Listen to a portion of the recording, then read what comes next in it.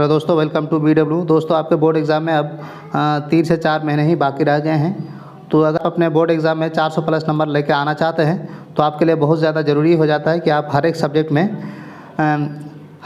में आपको 80 plus number लाने होंगे। तो हर एक सब्जेक्ट में 80 प्लस नंबर लाने के लिए आपको क्या करना होगा? आपको सभी सब्जेक्ट में इक्वली ध्यान देना होगा। आप किसी एक या दो सब्जेक्ट में अच्छा करके आप 400 प्लस नंबर नहीं लेके आ सकते हैं। तो इसी को देखते हुए हम लोग बिहार बोर्ड क्लास 10th के सभी सब्जेक्ट के इम्पोर्टेंट ऑब्जेक्टिव क्वेश्चन को लेके आए हैं, ताकि आपका जो ओवरऑल एग्ज़ाम है उसमें 400 प्लस नंबर आप लेके आ सकें। तो इसी क्रम में आज हमारा सोशल साइंस का हिस्ट्री के चैप्टर 2 का टॉप 50 क्वेश्चन हम लोग डिस्कस करने वाले हैं, जो कि आपके बोर्ड एग्ज़ाम के लिए काफ़ी ज़्यादा इम्पोर्टेंट है। और ये जो सेकंड चैप्टर है ये काफ़ी ज़्यादा इम्पोर्टेंट भी है और इससे काफ़ी ज़्यादा क्वेश्चन पूछे जाते हैं, क्योंकि ये राष्ट्रीय आंदोलन चैप्टर है और यहाँ से आपके क्वेश्चन बहुत ज़्यादा आते हैं। तो चलिए हम लोग वीडियो में आगे बढ़ते हैं और देखते हैं हमारा आज का पहला क्वेश्चन क्या है। तो वीडियो में आगे बढ़ने से पहले मैं आप सभी लोगों से दरख्वास्त करूंगा कि वीडियो को लाइक और चैनल को सब्सक्राइब जरूर से कीजिए, ताकि इसी तरह की इंपॉर्टेंट वीडियो का नोटिफिकेशन आप तक पहुँच जाए। तो सबसे पहले हम लोग डिस्कस कर लेते हैं कि ये जो चैप्टर है राष्ट्रीय आंदोलन, उसमें हम लोग को क्या क्या चीज़ पढ़ना होता है। तो सबसे पहला है आपका भारतीय राष्ट्रीय आंदोलन की पृष्ठभूमि, दूसरा है आपका भारतीय राष्ट्रीय कांग्रेस की गठन, और तीसरा है आपका बाल गंगाधर तिलक, लाला लाजपत राय और विपिन चंद्र पाल, जिसको आप लोग लाल बाल पाल के नाम से जानते हैं। चौथा है आपका क्रांतिकारी आंदोलन का उदय, और पांचवा है आपका प्रथम विश्व युद्ध और भारतीय राजनीति पर प्रभाव, यानी कि जो प्रथम विश्व युद्ध हुआ है उसका भारतीय राजनीति पर क्या प्रभाव पड़ा है। तो ये जो टॉपिक है ये इस चैप्टर का इम्पॉर्टेंट टॉपिक है और इसी से हम लोग आज के जो क्वेश्चन है उसको डिस्कस करने वाले हैं। तो चलिए हम लोग देखते हैं आज का पहला क्वेश्चन क्या है। तो आज का पहला क्वेश्चन है आपका, महात्मा गांधी ने सत्याग्रह शब्द का अर्थ क्या बताया, यानी कि सत्याग्रह शब्द का अर्थ क्या बताया महात्मा गांधी जी ने। तो पहला ऑप्शन है आपका शांतिपूर्ण विरोध, दूसरा ऑप्शन है आपका युद्ध, तीसरा ऑप्शन है आपका बहस और चौथा ऑप्शन है आपका हिंसा। तो इसका सही जवाब क्या हो जाएगा? क्योंकि हम लोग जानते हैं कि गांधी जी को क्या कहा जाता है, गांधी जी को अहिंसा की पुजारी कहा जाता है। और गांधी जी जो भी आपके आंदोलन किए हैं वो आपका शांतिपूर्ण विरोध तरीके से ही आंदोलन किए हैं। तो इसका सही जवाब क्या हो जाएगा? ऑप्शन नंबर ए, यानी शांतिपूर्ण विरोध ही सत्याग्रह का असल मतलब होता है। अगला क्वेश्चन है आपका कि चंपारण आंदोलन किससे संबंधित था। काफ़ी इंपॉर्टेंट क्वेश्चन है, यह आपके एग्ज़ाम में ज़रूर देखने को मिलेगा, चाहे आपका सेंटेप एग्ज़ाम हो या फिर आपका बोर्ड एग्ज़ाम हो। काफ़ी ज़्यादा इंपॉर्टेंट क्वेश्चन है और बिहार के हिस्ट्री का सबसे ज़्यादा इंपॉर्टेंट क्वेश्चन यही है। तो पहला क्वेश्चन है पहला ऑप्शन है आपका कपड़ा मजदूर, दूसरा ऑप्शन है आपका नील की खेती और चौथा ऑप्शन है आपका रेलवे कर्मचारी, चौथा ऑप्शन है आपका नमक कर। तो इसका सही जवाब क्या हो जाएगा? तो इसका सही जवाब हो जाएगा आपका नील की खेती। जो चंपारण आंदोलन हुआ था वो उसमें क्या अंग्रेज़ क्या करते थे, अंग्रेज़ हमें नील की खेती करने पर मजबूर करते थे। और जिस खेत में एक बार नील की खेती हो जाती थी वो जो ज़मीन है वो बंजर हो जाती थी, उसमें कोई दूसरा फसल नहीं होता था। तो इसी का विरोध करते थे हमारे यहाँ के किसान। तब अंग्रेज़ उसे ज़बरदस्ती नील की खेती करवाने पर मजबूर करते थे और इसी को लेकर महात्मा गांधी ने चंपारण आंदोलन किया था। और चंपारण आंदोलन कब हुआ था ये आप लोग कमेंट सेक्शन में बताइए। अगला सवाल है, खिलाफत आंदोलन किस वर्ष हुआ है। तो खिलाफत आंदोलन पहला ऑप्शन है आपका 1915, दूसरा ऑप्शन है 1919, तीसरा ऑप्शन है आपका 1921, चौथा ऑप्शन है आपका 1925। तो इसका सही जवाब क्या हो जाएगा? तो इसका सही जवाब हो जाएगा आपका 1919।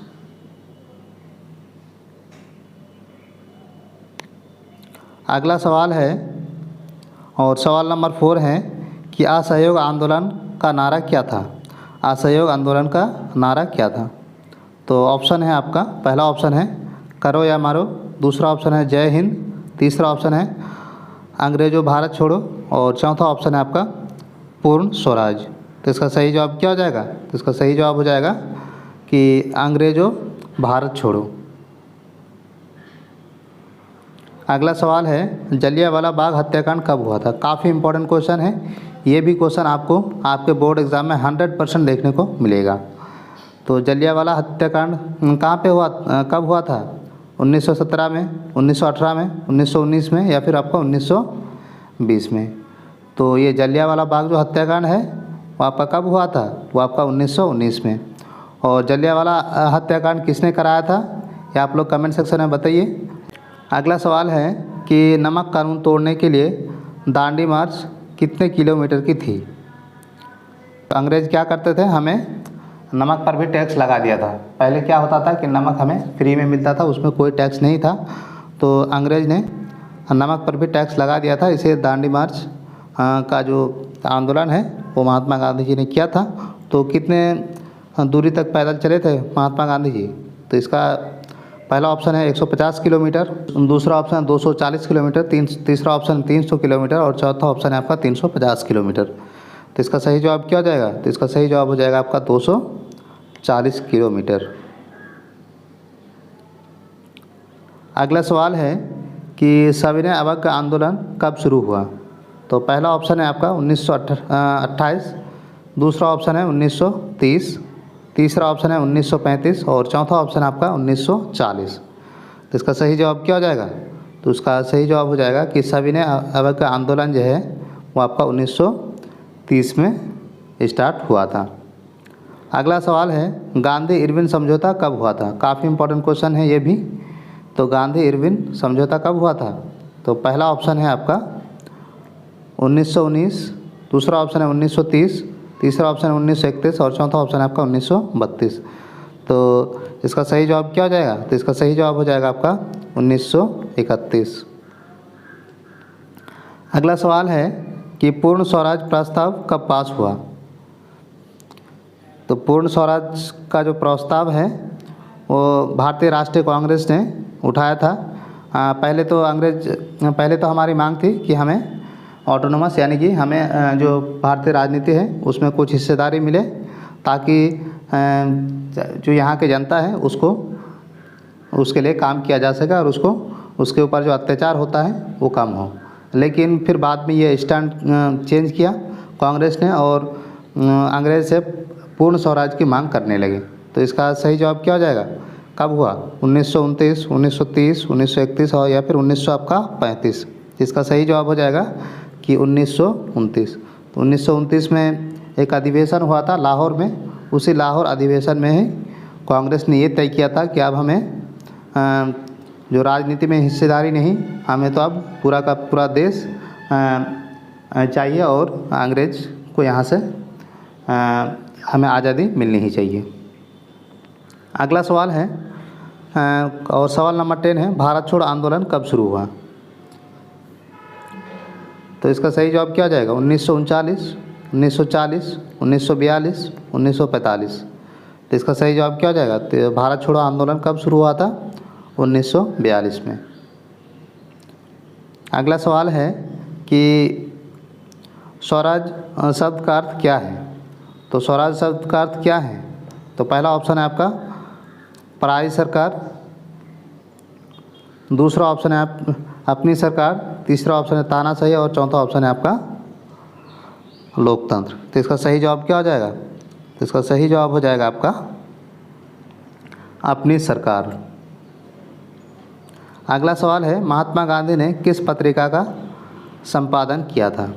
काफ़ी इंपॉर्टेंट क्वेश्चन है, खास सारे कॉम्पिटिटिव एग्ज़ाम के लिए काफ़ी ज़्यादा इंपॉर्टेंट क्वेश्चन हो जाता है ये। तो इसका सही जवाब क्या हो जाएगा? केसरी, दूसरा ऑप्शन है यंग इंडिया, तीसरा ऑप्शन है आपका मराठा, चौथा ऑप्शन है आपका स्वतंत्र भारत। तो इसका सही जवाब क्या हो जाएगा? तो इसका सही जवाब हो जाएगा यंग इंडिया। अगला सवाल है खिलाफत आंदोलन किनके समर्थन में था? यानी कि जो खिलाफत आंदोलन भारत में हुआ था वो किसके समर्थन में किया गया था? तो पहला ऑप्शन है रानी विक्टोरिया, दूसरा ऑप्शन है आपका ब्रिटिश संसद और तीसरा ऑप्शन है आपका तुर्की के खलीफा और चौथा ऑप्शन है आपका फ्रांस के राजा। तो इसका सही जवाब क्या हो जाएगा? तो इसका सही जवाब हो जाएगा आपका तुर्की में जो खलीफा थे उसको अंग्रेज़ों ने हटा दिया था और उसी के लिए यहाँ हमारे इंडियन नेशनल कांग्रेस और भारतीय राजनीति में तुर्की के खिलाफ़ ये हुए अत्याचार के खिलाफ़ यहाँ पे आंदोलन किया था। तो उसे ही खिलाफत आंदोलन कहा जाता है और वो तुर्की के खलीफा को हटाए जाने पर यहाँ पे हुआ था। अगला सवाल है, असहयोग आंदोलन कब स्थगित हुआ था? तो पहला ऑप्शन है जलियांवाला बाग हत्याकांड के बाद, दूसरा ऑप्शन है आपका चंपारण आंदोलन के बाद, तीसरा ऑप्शन है चौरी चौरा कांड के बाद, या फिर चौथा ऑप्शन है आपका दांडी मार्च के बाद। तो इसका सही जवाब हो जाएगा आपका चौरी चौरा कांड के बाद। चौरी चौरा कांड में क्या हुआ था कि चौरी चौरा कांड में जब असहयोग आंदोलन चल रहा था,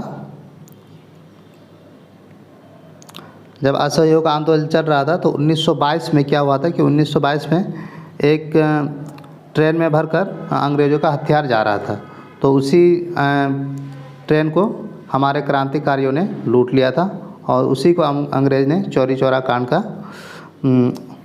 कांड कहा था। और उसके बाद महात्मा गांधी को झुकना पड़ा और असहयोग आंदोलन को ख़त्म कर दिया गया था।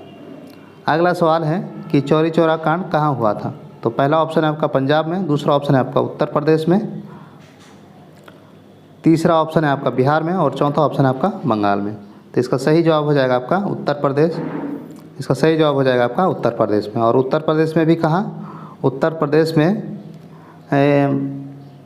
गोरखपुर के पास एक जगह है, अब तो उस स्टेशन का नाम भी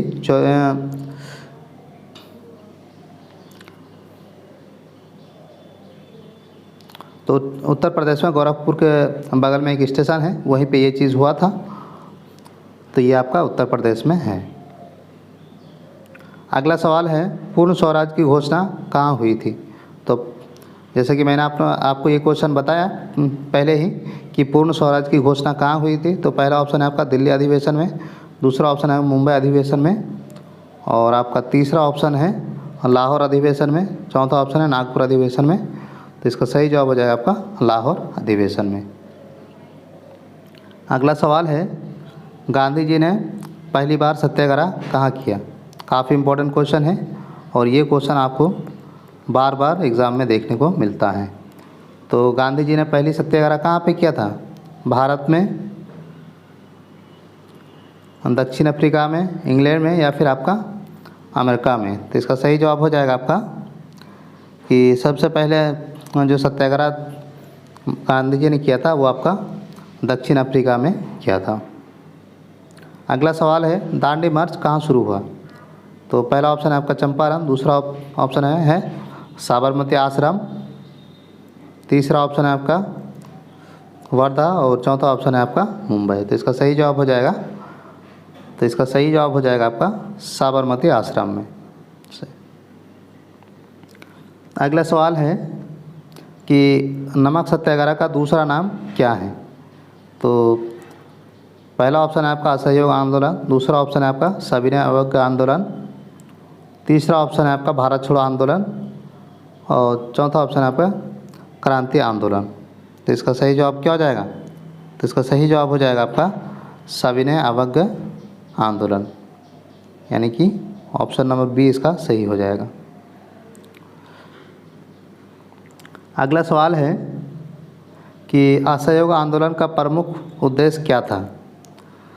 असहयोग आंदोलन का प्रमुख उद्देश्य क्या था? सरकार को हटाना, विदेशी वस्तुओं का बहिष्कार, हिंसा फैलाना, कर ना देना, यानी कि टैक्स नहीं देना। तो इसका सही जवाब क्या हो जाएगा? तो इसका सही जवाब हो जाएगा कि जो विदेशी वस्तुएं हैं उसका बहिष्कार करना। अंग्रेज़ क्या करते थे? अंग्रेज़ हमारे यहाँ से जो कच्चा माल ले जाता था जहाज़ों में भर भर कर और उसी का मशीन से बनाकर यहाँ पे हमें ऊंचे दाम में बेचते थे, जिससे हमारे यहाँ के व्यापारी को और हमारे यहाँ के जो कारखाने या फिर जो भी लोग कपड़े बुनने वाले लोग थे उनको काफ़ी ज़्यादा नुकसान हुआ और इससे हमारे यहाँ की जो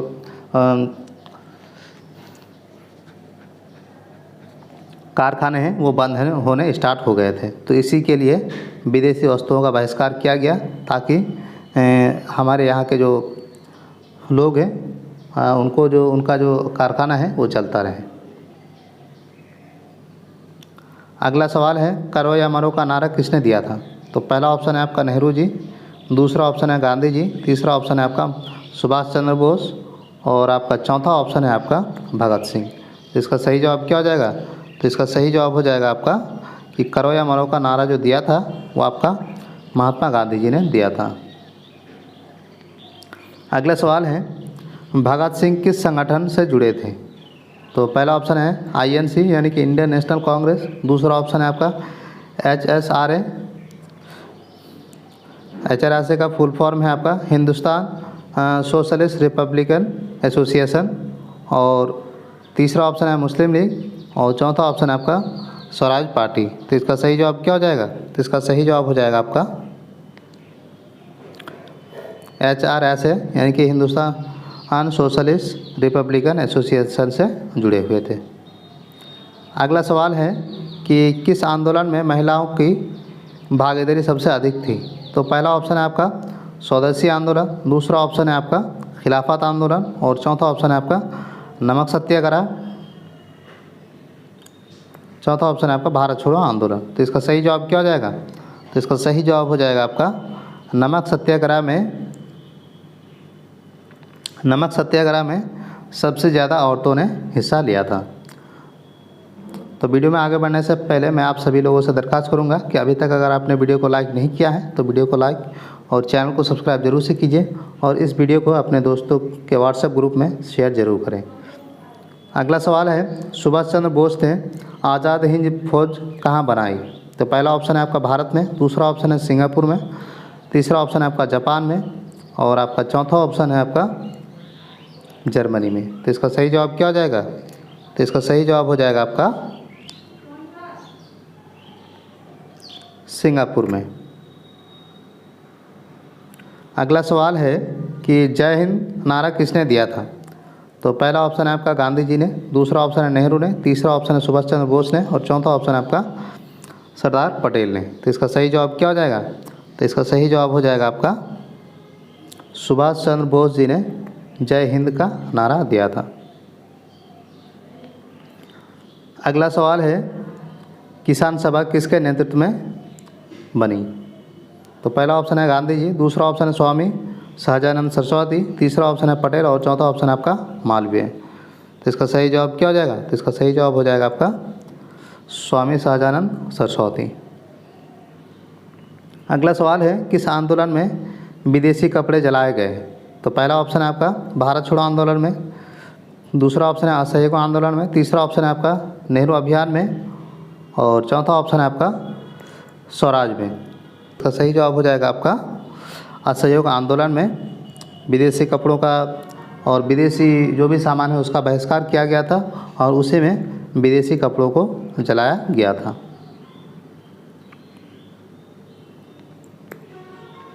अगला सवाल है, भारतीय राष्ट्रीय कांग्रेस की स्थापना कब हुई? तो पहला ऑप्शन है 1980, दूसरा ऑप्शन है 1985, तीसरा ऑप्शन है 1990। तो इसका सही जवाब हो जाएगा आपका 1985। अगला सवाल है, कांग्रेस के पहले अध्यक्ष कौन थे? पहला ऑप्शन है आपका नेहरू, दूसरा ऑप्शन है गांधी, तीसरा ऑप्शन है आपका WC बनर्जी, और चौथा ऑप्शन है आपका पटेल। तो इसका सही जवाब हो जाएगा आपका WC बनर्जी यानी कि उमेश चंद्र बनर्जी। अगला सवाल है, गांधी जी ने किसान आंदोलन कहाँ से शुरू किया था? तो पहला ऑप्शन है आपका खेड़ा से बरदौली, दूसरा ऑप्शन है आपका चंपारण खेड़ा, और तीसरा ऑप्शन है अमृतसर और लाहौर, और चौथा ऑप्शन है आपका पटना और बनारस। तो इसका सही जवाब क्या हो जाएगा? तो इसका सही जवाब हो जाएगा आपका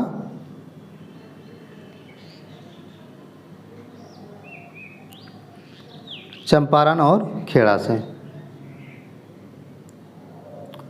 अगला सवाल है, रॉलेट एक्ट किस वर्ष पारित हुआ? पहला ऑप्शन है 1917, दूसरा ऑप्शन है 1919, तीसरा ऑप्शन है 1921, और चौथा ऑप्शन है आपका 1925।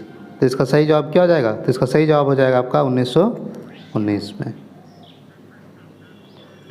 अगला सवाल है कि किस आंदोलन में पहली बार राष्ट्रीय ध्वज का उपयोग हुआ? तो पहला ऑप्शन है आपका भारत छोड़ो आंदोलन, दूसरा ऑप्शन है असहयोग आंदोलन, और तीसरा ऑप्शन है आपका नमक सत्याग्रह, चौथा ऑप्शन है आपका स्वदेशी। तो इसका सही जवाब क्या हो जाएगा?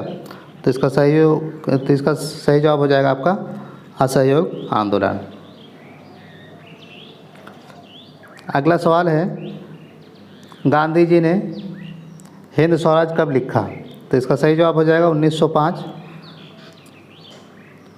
तो इसका पहला ऑप्शन है जो हो जाएगा 1905, दूसरा ऑप्शन है 1909, तीसरा ऑप्शन है 1915 और चौथा ऑप्शन आपका 1921। तो इसका सही जवाब क्या हो जाएगा? तो इसका सही जवाब हो जाएगा आपका 1909।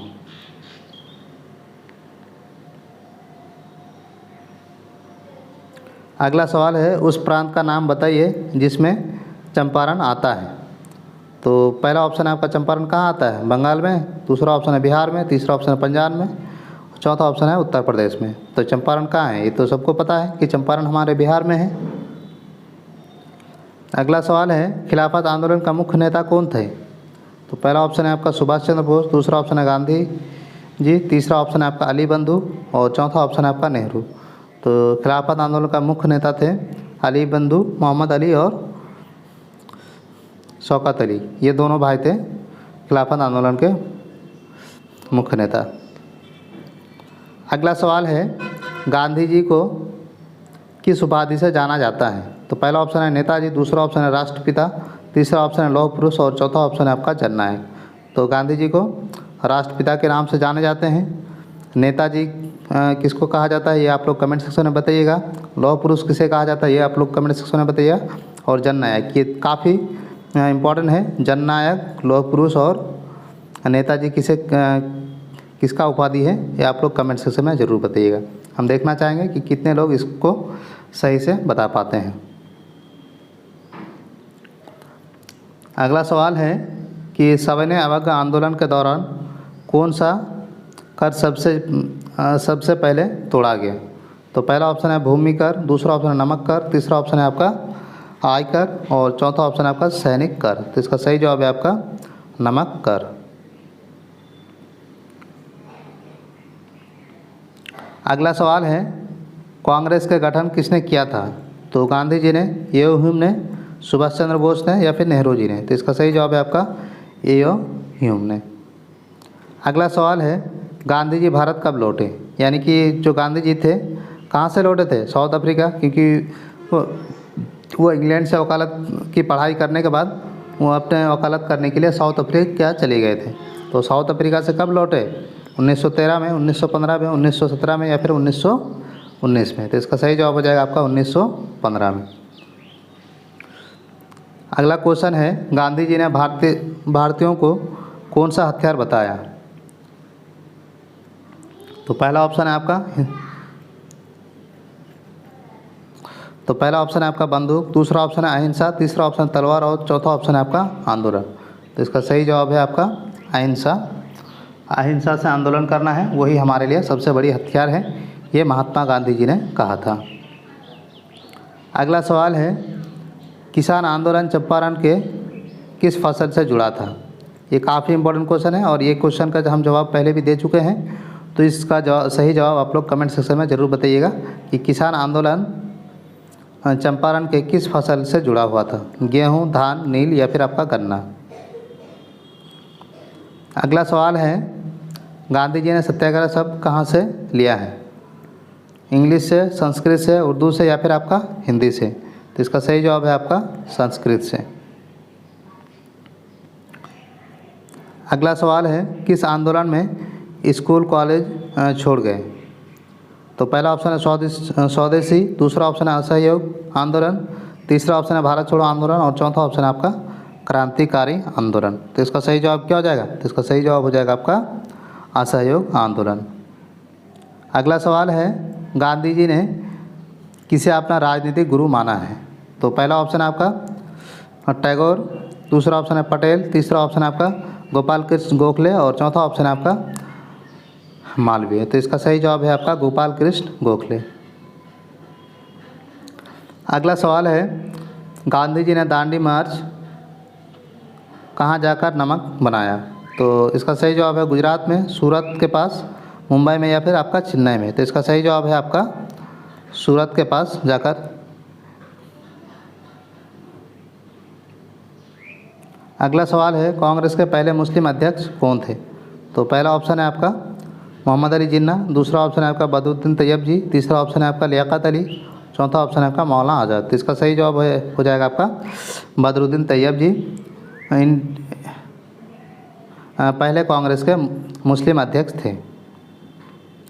अगला सवाल है, गांधी जी ने चरखा किस आंदोलन में अपनाया? तो पहला ऑप्शन है भारत छोड़ो, दूसरा ऑप्शन स्वदेशी, तीसरा ऑप्शन है असहयोग आंदोलन और चौथा ऑप्शन है आपका नमक सत्याग्रह। तो स्वदेशी आंदोलन के तहत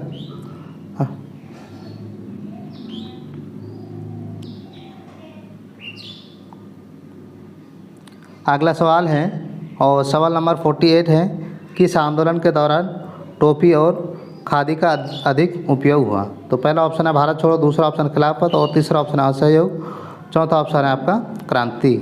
तो इसका सही जवाब हो जाएगा आपका असहयोग आंदोलन के दौरान। अगला सवाल है, लौह पुरुष किसे कहा जाता है? तो इसका सही जवाब हो जाएगा आपका नेहरू जी, दूसरा ऑप्शन है गांधी जी, तीसरा ऑप्शन है पटेल और चौथा ऑप्शन है आपका भगत सिंह। तो लौह पुरुष किसे कहा जाता है? सरदार पटेल को लौह पुरुष कहा जाता है। अगला सवाल है, महात्मा गांधी को किसने महात्मा कहा था, यानी कि महात्मा का उपाधि दिया था? तो पहला ऑप्शन है आपका नेहरू ने, दूसरा ऑप्शन है पटेल ने, तीसरा ऑप्शन है रविंद्रनाथ टैगोर ने और चौथा ऑप्शन है आपका सुभाष चंद्र बोस ने। तो इसका सही जवाब क्या हो जाएगा? तो इसका सही जवाब हो जाएगा आपका रविंद्रनाथ टैगोर जी ने।